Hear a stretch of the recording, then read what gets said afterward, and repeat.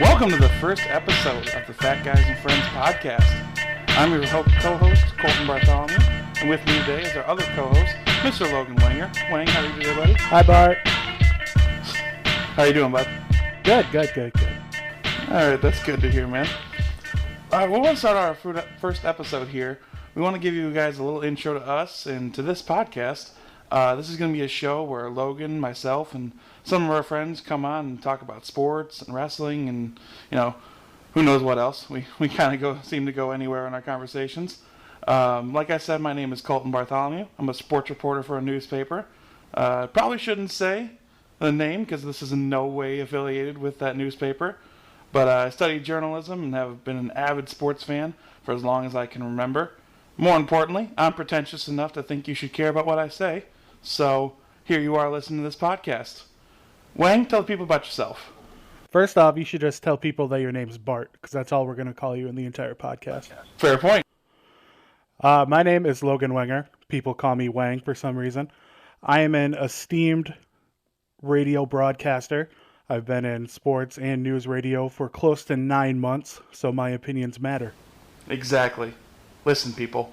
We are media members. We matter. We're movers and shakers. Exactly. Since Wang and I, we met each other in college, freshman year, we've always been talking about sports and our shared love of sports and wrestling. We think we're funny and we can be entertaining every once in a while, so we figured we'd record our conversations and then let the people listen in. Share it with the world. So now that we've got all that out there, let's jump right into some of the topics here. The first one, quickly today, the news that broke late Monday night, that Kimbo Slice, the MMA fighter, has died.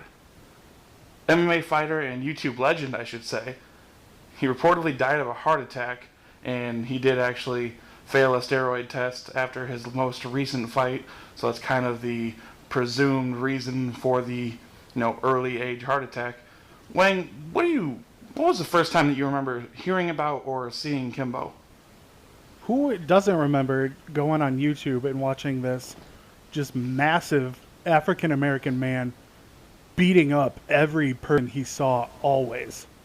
Exactly. I mean, I can remember the first time my brother pulled up a YouTube video of Kimbo, and it was just, crazy YouTube, bunch of exclamation points in the description, and, oh, Kimbo kills a guy, and, he's knocking people out left and right, and he had this physique that was just so unnatural, typical crazy strong upper body and chicken legs, like every guy that's been in a gym, and was just throwing these haymakers. And this was at a time where the internet was still, YouTube was still pretty young. He was kind of like the first breakout star of YouTube, and he was a guy that just had this crazy persona of just, jacking fools up every day, and they were doing it for like $200, and these guys would just stand there, get punched, and try to throw a couple of weak jabs and then get knocked out. I remember being legitimately terrified that Kimbo Slice was going to find me one day. Yeah, he knew that I was watching his YouTube videos and making fun of him behind his back, so he was going to hunt me down. It was a legitimate fear. And then after he got famous on YouTube, he ends up going into Elite XC, which is a really small MMA promotion that got on CBS. I remember I watched that fight. He ended up getting knocked out and kind of made everybody bummed out, but it was a CBS MMA fight, the first time CBS did MMA, and he gets knocked out. But I was at a Hooters watching it, and the entire place was just staring at the screens, watching Kimbo Slice, and everybody knew who he was. It was just crazy to see a guy that, wasn't a mainstream athlete, but just got so famous off of YouTube, pull that kind of attention. I'm going to be really sad that Kimbo's last fight was that god-awful fight with, was it Dada 5000? Dada 5000, yeah. That was the worst MMA fight that I sat through, I think, ever. Oh, man, I totally agree. I wrote a short column about how that basically set MMA back 10 years. The UFC has tried so hard to fight off that perception that it's human cockfighting and it's just these dumb guys going out there and throwing haymakers and not trying to actually, use any skill. And then that's exactly what they did. these large men leaning against each other and then pulling away and throwing a few punches and then leaning on each other for another 2 to 3 minutes. Exactly. Kimbo was actually on the heavyweight season of the Ultimate Fighter, which, side note, the last heavyweight season they had because they realized that amateur heavyweights have no stamina, and if it gets past the first round, it is a super boring TV. It's just fat guys running around trying not to get hit at that point. Exactly. And interestingly enough, the winner of that season was Roy Nelson, the UFC's like penultimate fat man. And he has an awesome rat tail. He does have an awesome rat tail. But, R.I.P. Kimbo.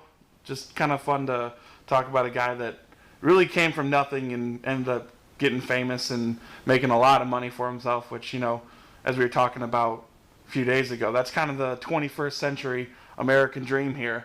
Get famous off the internet and make a bunch of money. Exactly. He really lived the American dream. I feel sorry for the guy now. Definitely.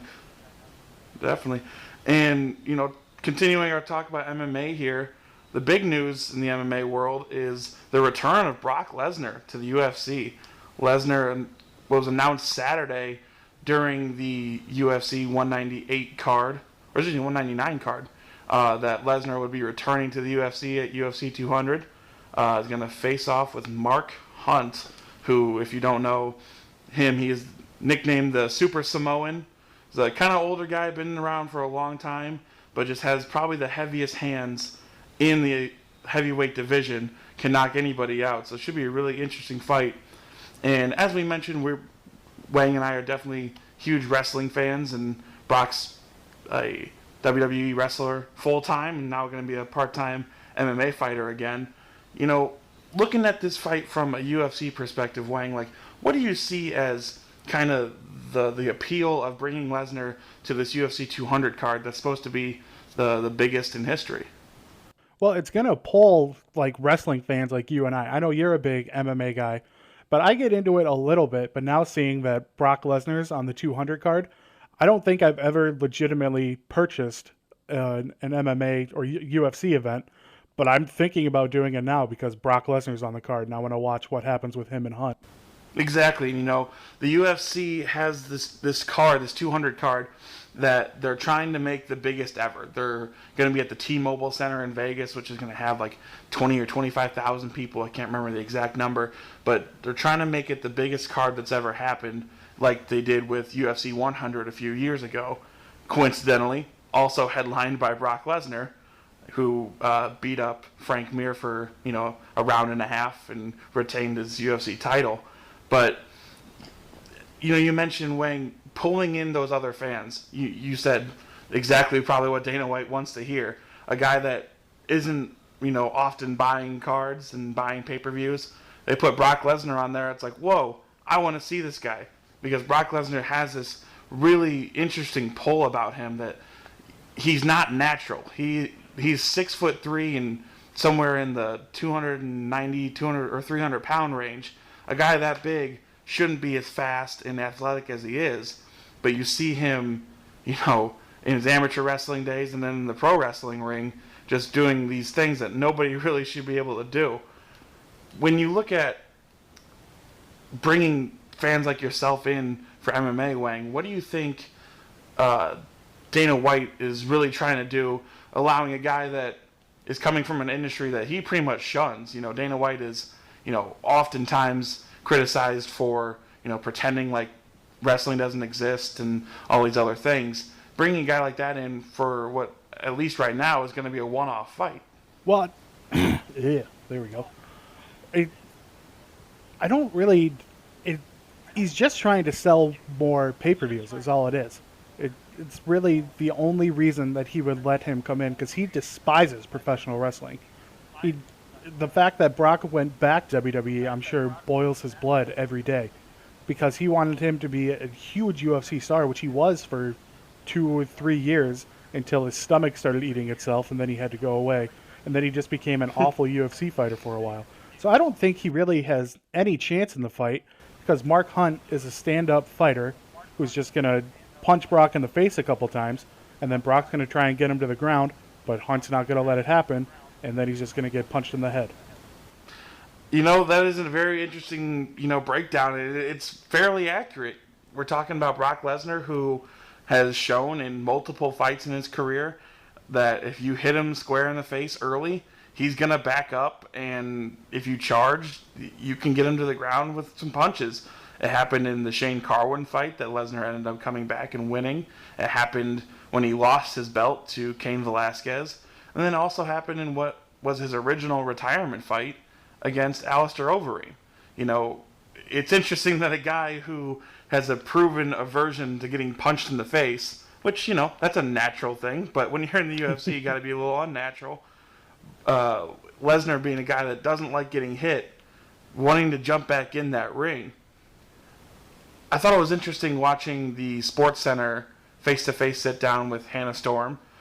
Side note, I'm not exactly sure what Hannah Storm did, but Brock Lesnar seems to go to her exclusively for his ESPN hits. I don't know if they have like a friendship, or maybe he just finds her attractive for an older lady. I don't know. But I mean, she's not ugly. No, she's not. But it's interesting to see Lesnar always seems to be sitting down with Hannah Storm and doing very little media. But, you know, getting back to the fight itself, for a guy like Lesnar to be in there with presumably a matchup that is exactly what he wouldn't want to have is very interesting. You would think if he's just trying to come in and get a money grab, which Lesnar has proven over and over that he's all about money, that he would want an easier fight. He ever wants his money. Yeah, all about the money. Can't blame him. No, especially when you're in the industries that he is. You know, your body can only sustain so much damage, and if you're going to get punched or you're going to get thrown around a wrestling ring, well, he doesn't get thrown around, but if you're going to throw your body around a wrestling ring while you're throwing other people around, you want to get paid for it. I guess that makes sense. You should get paid for it. It's hard work. It's very hard work. Well, his WWE schedule is not as hard as the average guy's, but that's true.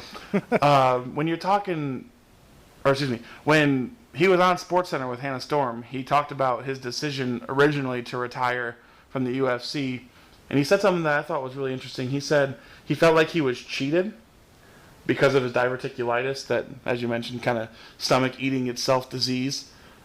And I think that kind of shows the real athlete in him, because that was a knock on him originally when he came into the UFC, that he's not a real athlete. Like, yeah, he used to be a wrestler, but now he's a pro wrestler, and that's not the same. But the guy has a competitive fire that might get a little underrated just because of the fact that he was in WWE. He does get a bad rap because he was in the WWE. Because just like Dana White looks down on pro wrestling, I'm sure other UFC fighters think, oh, you're a pro wrestler, there's no way you can keep doing what we're doing. Well, Lesnar quickly showed that he was capable of doing it for a few fights, like you said before he got that stomach-eating virus. Exactly, and you get to a point in life, and he's at that age, he's 38 years old, going on 39 later this year. He's at a point where he's going to have, a few years left in either industry. So you can kind of understand what he wants to do in jumping back and forth, getting as much money as you can, because, at a certain point when your body is your money maker, it's going to fail on you. People say it all the time, Father Time's undefeated. That is correct. And as we mentioned, we're both huge wrestling fans and have been watching Brock for a long time in wrestling. He's been a WWE wrestler for much longer than he was a UFC fighter. Let's take a look at this, jumping back and forth between the promotions here from a WWE standpoint. Wang, what do you think the WWE gains from Lesnar going to fight in the UFC? Because you would think that if Vince McMahon's going to let a guy not out of his contract, but basically break his contract to go fight in UFC, that he's got to be getting something out of it. It's got to be almost the same idea where, since I'm a casual MMA fan, I'm going to watch Brock. You would think the casual WWE fan might come over to WWE once they see that Brock was back in the UFC. Or another big idea is that people are thinking, since the UFC is getting to use Brock for a little while, the WWE might get to use Conor McGregor or Ronda Rousey at one of their large events, which I would love to see. Yeah, I would too, and it's interesting that you said that. I saw a report earlier this morning that the WWE is really interested in Paige Van Zant, a UFC bantamweight fighter, or excuse me, she's a strawweight fighter in the women's division, coming over for some type of program at SummerSlam. Van Zant was on Dancing with the Stars this season. I think she got second. She was like one of the most popular people on the show. If they were to do something like that, they couldn't have a legitimate WWE-style wrestling match, though. You can have a UFC women's fighter come over with, I know they don't want to be called divas anymore, but with a WWE diva and have a 10 to 15 minute quote-unquote wrestling match. It would have to be a 2 to 3 minute squash match where the UFC fighter just totally dominated her. And I don't know if they would be that great, but I would still watch it.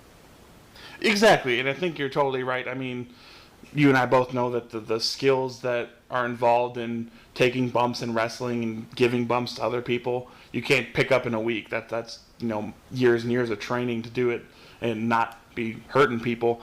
And you saw it at not this year's WrestleMania, but last year's WrestleMania. Ronda Rousey involved in a little mini feud with Stephanie McMahon, Triple H, and The Rock.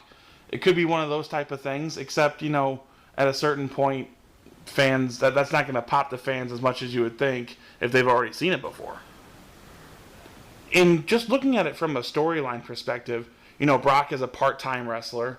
He was heavily involved in the show the first few months of the year leading up to WrestleMania, was in the Royal Rumble and got tossed out by the Wyatt family. Thought that was going to end up being a bigger deal. Could be sometime down the road, but so far it kind of looks like that was dead. And then a classic WWE story writing. They have something happen and then they don't follow up on it. Oh yeah, shocking, right? And especially, the supposed to be undefeated or unbeatable guy versus, this force of a family of 4 guys, and could have been really interesting, but let's just hold that off. Pretend that never happened and we'll go on to something else. He can fight Dean Ambrose. That guy's crazy. I love how that is the genesis and end of his storyline. He could be in an asylum with weapons hanging from it. Let's throw Jericho in there too. Whoa! I seriously, I cannot stand the word asylum, which I don't think anywhere else but Batman and WWE uses, and the phrase "the guy." Oh God! Can't stand it anymore. It is the worst. But looking at it from a storyline perspective for Brock, he's there sometimes, not there a lot. He gets pretty weak matches just because they've booked him as, almost like a Goldberg in the past, that every match should be a squash match unless there's some type of, outside interference or some stipulation. And at a certain point, it gets a little bit stale when Brock's just German suplexing guys and then he hits an F5 and it's over. They've done a perfect job. They've booked him as a more believable Goldberg. That's a good way to describe it. I mean, I thought their WrestleMania match last year with Roman Reigns and Brock Lesnar and then Rollins cashing in Money in the Bank, that was excellent, actually. Roman does not get enough credit. It was a really good match for having Roman Reigns, who people despise now, and Brock Lesnar, who some people criticize for his style and schedule where he's not around a lot. Exactly, and I thought the finish, or one of the kind of finishes, where Lesnar had Rollins on his shoulders and then eats a spear from Roman Reigns. If you go back and watch that clip, the strength that Brock Lesnar has to not only take a spear from Roman Reigns, who, by the way, played football at Georgia Tech, he knows how to tackle people and make it look good. Legit athlete. Yeah, legitimately really good athlete. And then throw Seth Rollins over his head while getting speared so that Rollins got clear of the 2 bodies as they were coming down is just straight up incredible. When I said I was scared of Kimbo Slice, I think I'm more scared of Brock Lesnar because I've seen him in real life, and he's just a terrifying human. No man that is 300 pounds should have a 6-pack. That is terrifying. No. Exactly. You are 200% right on that. When I first started watching wrestling in, I started watching, probably 2nd, 3rd grade, but then really started getting into around 4th and 5th grade and into junior high a little bit. But that was right when Lesnar started coming in, and one of his first big feuds was with Hulk Hogan. And Hogan was old at the time, so they knew they did just want to attach some star power to Lesnar because Lesnar wasn't good on the mic, and they needed somebody who could actually work the mic a little bit for the matches. And one of the first things they did was one of their bogus contract signings for a pay-per-view, and Lesnar ends up punching / stabbing Hogan with the pen in the forehead. Forgot about that. Yeah, and then just starts wiping his blood all over his chest and bear hugging him, because that was his original finisher with the F5 was he'd bear hug people and make them pass out. And then people would just projectile blood out of their face because he was squeezing them so hard. I legitimately had nightmares about Brock Lesnar for a week after that. You thought he was going to bear hug you and blood was going to squirt out of your face? And I was a big kid. It would have been tough, but he's doing that to Hulk Hogan. We're no Hulk Hogan, especially in 4th grade. Brock could beat us up easily. Yeah, I have very little confidence in myself in a physical tussle with Brock Lesnar. I have very little confidence in myself, period.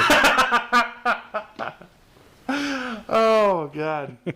All right, so we'll move on from wrestling a little bit, but understand you continue to listen to this podcast, it's going to be a heavy dose of what we do just because wrestling is the most fun you can have watching sports on TV because it's scripted.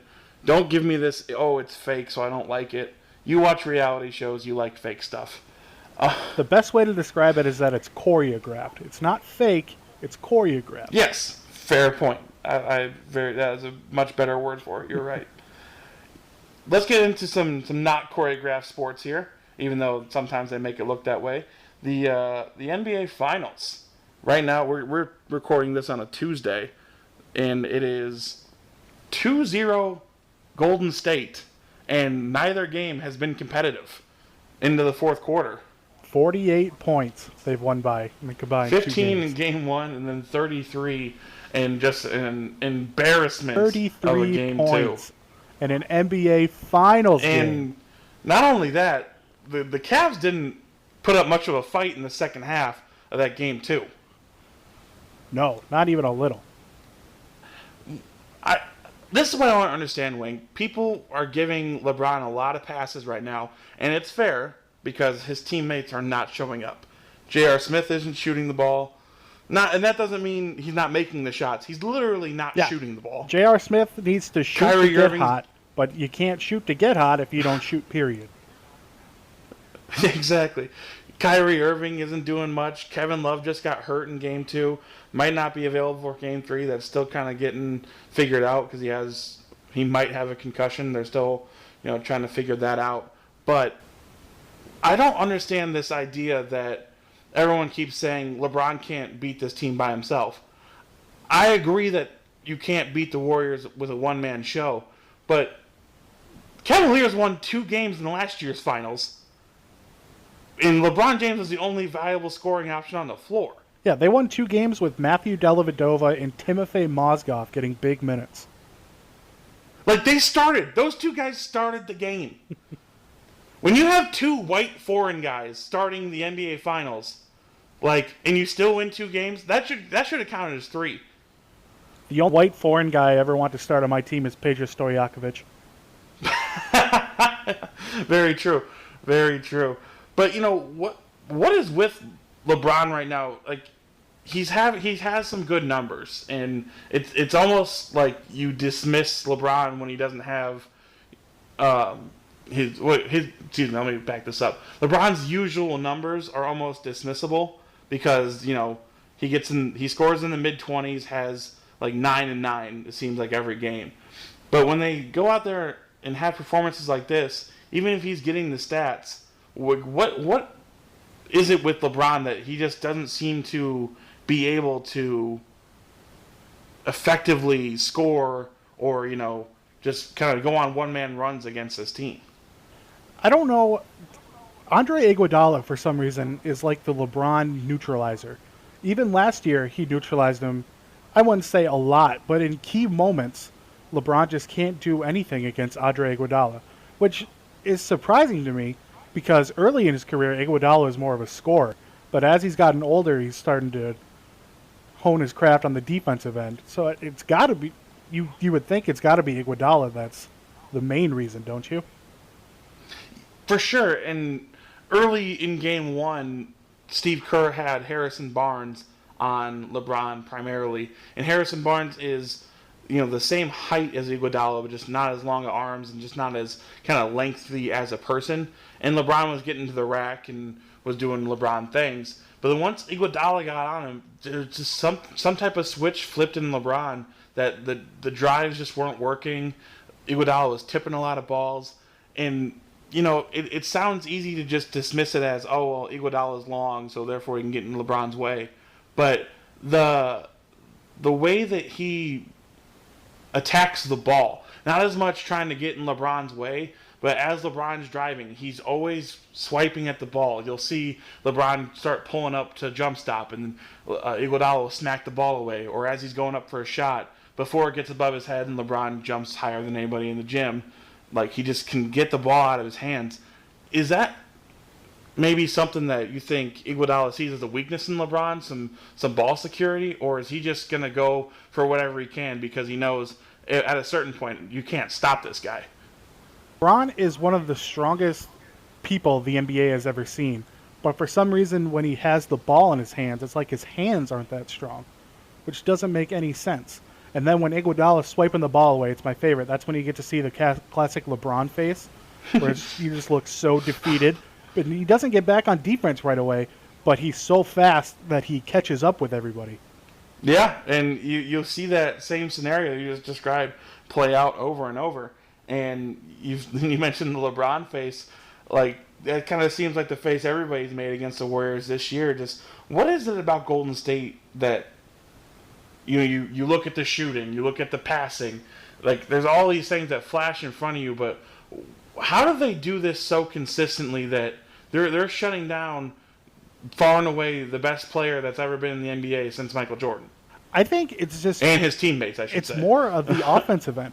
The three-point shot is, the blatant term is that it's worth one more point. So you're scoring more points. But they've just perfected the three-point shot so much with Clay and Steph and even Draymond, who's hitting threes now. And Iguodala and Barnes can all shoot. Even when they have Mo Spates come and play the five, he can shoot threes. Yeah. So everybody on their team is just shooting threes all the time. So they're scoring more points.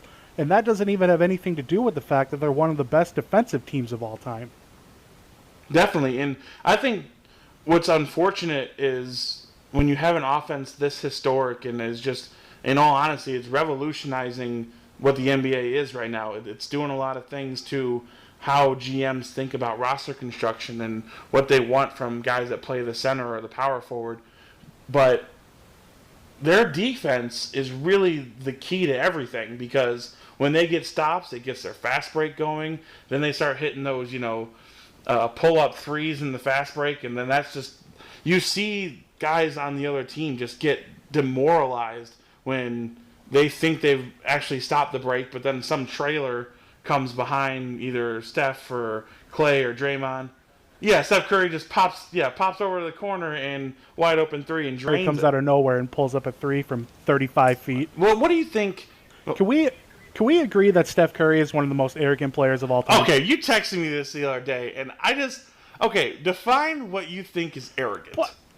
The little guy dribbles all around, does his little shimmy shakes there, and then pulls up for three, and then turns around and runs away before it goes in. Remember when Swaggy P did that once upon a time? Granted, it didn't go in and turned into just an internet meme forever. And J.R. Smith, when he was on the Nuggets, used to do this. And he would make the shots, but people would freak out on him. Okay, I'll give you the not at least looking, or maybe let's say you're short on the shot and it bounces right back to you for an offensive rebound. But with Steph Curry, this is another thing that he's kind of changing how coaches look at basketball. For a guy like that, there's no such thing as a bad shot. I'll watch Golden State games, and they're just kind of dribbling. It gets down to like 6 or 7 in the shot clock. They haven't moved the ball that much. Steph Curry just sees a small half-step opening, pulls up from 28, and buries it. Now, everybody else in the league, that's a terrible shot, and it's a really bad possession. But their shooting, like you mentioned before, makes up for so many times where maybe they just didn't have it, that possession on offense, but Steph makes a great shot, and bang, 3 more points, and away they go. I mean, I don't argue that Steph is the greatest shooter we've ever seen. I mean, everybody can agree on that. But it's just his antics that nobody talks about. I mean, what if LeBron pulled up and ran back before the shot went in? Can you imagine how he would get crushed on social media? True. I think part of it happens for Steph because 12? looking 12 helps. I think he is still likable.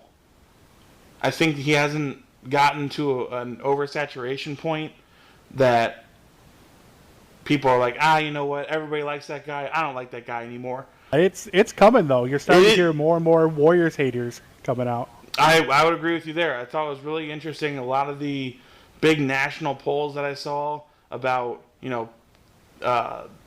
almost 50-50 people wanting to see LeBron and Cleveland get this win. And I'm sure that's helped a little bit by that 30 for 30 Believeland. And everyone just starts feeling bad for that town. No, but it certainly doesn't hurt. I think part of it is just the story behind Steph Curry. Obviously coming from a NBA player dad, wasn't like he came from a hardship like LeBron did, but just overlooked for so long and like underdog as much as you can be when your dad's a millionaire. But, underdog story, and then lights it up at Davidson, and if he looks 12 now, he looked like 6 when he was at Davidson. But I think the fact that people saw him as more humble coming in helps when you compare him to how he gets treated against a guy like LeBron. Just because he didn't come into the league and proclaim himself as King James or King Curry. Yeah, that definitely didn't help, and having a name like Chef Curry with a Drake song, that also helps too. Are you saying if Drake rapped about LeBron more, he'd be more liked? Maybe. Seems like everybody that Drake touches turns into likes, and then when Drake turns his barbs at you, then you get even more famous, like Meek Mill. True. But what do you think the Cavs? I mean, we're a couple of days away from Game 4 now, or excuse me, Game 3. But what can the Cavs do outside of just praying that Stephen Clay and the entire bench are off to get back into the series? They can hope that Sean Livingston and Leandro Barbosa don't have the same amount of shots as Kyrie Irving and Kevin Love made on like 30 less attempts. Kyrie Irving and Kevin Love need to show up. Kevin Love might not even show up because he might not be cleared to play. But Kyrie Irving is having one of the worst finals performances of all time. He can't guard on defense. He's missing open layups on offense. He's passing a little, but what the Cavs need to do is give the ball to LeBron James and just get out of the way. It's almost becoming what they had to do last year when they had Dellavedova and Mozgov in the game, is they would play a little bit, but you got to get out of the way and let LeBron carry your team and hope he can do enough to win. And it's funny because I think you're totally right. I think that is the only way. Hope that LeBron can have some magical game that it seems like he's like the only guy that can pull out of his hat in the NBA. But, outside of LeBron having a 45, 15, 10 triple-double, I don't understand. I don't see a way Cleveland gets back into this because of not just that the Warriors are winning by, the blowout margins that we talked about. It's just the way they're doing it. They're taking away everything that Cleveland wants to do, and every time Cleveland gets a made bucket, it seemed like it took a Herculean effort every possession. There is zero chance the Cavaliers can win Game 3 if LeBron scores less than 30 points. LeBron needs to go out and assert his dominance and just show that he's still the best player in the world and can get points whenever he wants. Yeah, I agree. And, I kept seeing a couple of memes floating around the last few days about last year's finals, that LeBron averaged, I think it was like 30 or 31, and somewhere between 9, 10 rebounds and 7 or 8 assists. And it was like, and the guy that guarded him got MVP for his defense. Ridiculous. I don't think Iguodala deserved that MVP one bit. If you're going to give the MVP to anybody, No, it I mean, I should would have been agree with LeBron. you, LeBron earned the MVP in a losing effort last year. You're not wrong. I think the NBA's only had one time where a losing player got MVP. It was like Jerry West in the 60s. But, All conspiracy. That's why he's the logo. you know what? That might be it. But when you're looking at this, what honestly could be a sweep in the finals, what does LeBron do now? Because you're looking at another. I mean, we're only halfway there, I guess, but the way it's just so bleak that I can't even see a way Cleveland can.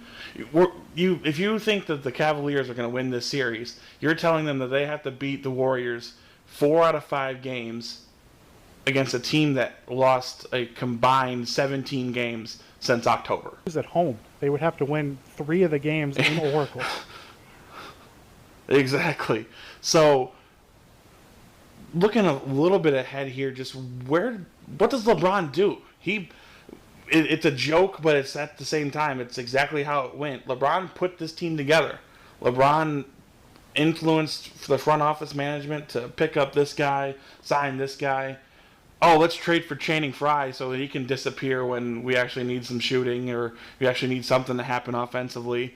Or just, what does LeBron do? He's looking around this locker room. It's like, okay, Kyrie didn't show up. Kevin didn't show up. JR didn't show up. This might be one of the... I mean, I'm a big LeBron fan, if you haven't been able to figure it out yet. But... And I am not, which I'm sure you can tell. This would be one of the major times that he deserves a pass. Because A, he's not getting any help, and B, he's playing the best regular season team of all time. There's no way, as good as LeBron is, he needs somebody to step up and help him. So I don't know if it's going to be moving Kevin Love in the offseason, if it's with Kyrie Irving maybe in the offseason, or if it's LeBron being like, deuces, Cleveland, I can't help you, and he goes and teams up with Kevin Durant with the Lakers. No, we'll get to that in another podcast. Probably that last part this might have been a bit of a stretch. It'd be cool to see, though, just for the super team aspect of it. But I think you're right in the sense that just Kevin Love, at a certain point, and I'll bar the injury, it's not his fault that he caught an elbow in the back of the head, but... It is the part that Kelly Olynyk pulled his shoulder out of socket last year. True, very true. But, when you're looking at a guy like LeBron, he basically forced the Kevin Love for Andrew Wiggins trade last offseason. Do you think he regrets that now? What's that? You think he regrets the Love-Wiggins trade? Regret might not be the right word when you've gone to 2 straight finals and then the other guys won a combined like 50 games. Like 40 games. But if LeBron saw a long-term future in Cleveland, maybe, but for the fact that he's trying to win this second, probably not. But, yeah, when you're talking about LeBron in this season, all the turmoil, firing David Blatt, replacing him with Lou, basically the same crap that Cleveland did the first LeBron run, where LeBron made all the decisions and they weren't good for the team at a certain point. You hit the nail, I think. You either make a bunch of moves and make one more run, or LeBron's going to be like, listen, organizationally, you guys can't get it done. It's sad because it's going to turn into LeBron can't get it done, which it's just not true if you look at his numbers. LeBron will do everything humanly possible. Like last year, you said he nearly averaged a triple-double, but he needs help. Every other team has help. Even if you look at the Warriors, their big three, Steph has plenty of help. Thompson can shoot the three. Draymond Green is one of the best defenders in the NBA, and his offensive game is coming along more and more. Anywhere you look at, you need help to win in the NBA. Definitely. I mean, just look at Game 1. Steph and Clay combined for 20 points, and the bench scored 45. One of the highest bench scorings in NBA Finals history. And that's how they in all honesty, Cleveland played good enough defense in Game 1 to win, except when their bench unit was in, Sean Livingston toasted everybody. Livingston played out of his mind in Game 1. He sat next to Steph Curry in the press conference. That's how you know you made it. For sure. We'll see what happens in the next couple of games here, but as you can kind of tell from what we're saying, doesn't look too good for LeBron and those poor Cleveland fans. At a certain point, no matter if your team's won a title in a while or not, to look at a city that hasn't won one in 50 years that still shows up and sells every arena they have out, it's just sad. Sad. I mean, I'm a big Pittsburgh Steelers fan, so the Browns aren't allowed to win. But give the Cavs a title sooner or later. I'll give you that. We're going to wrap this podcast up here. Hopefully be back very soon, at least once a week, if not more. You'll probably hear Logan and I very soon, maybe a couple of guests sometime later on down the line here. But we hope you liked it. And Wayne, why don't you tell them about where they can find us? We are going to start a YouTube channel called Fat Guys and Friends. We will have a Facebook page called Fat Guys and Friends.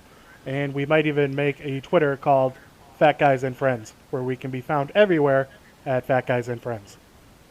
That's right. And you could also email us at, what was that, Gmail? guysandfriends@gmail.com. Oh, look at that. Consistency across the board of our online platforms, people. All right. That was the Fat Guys and Friends podcast. We hope you liked it. We'll be back soon. Thanks for coming. Love you guys.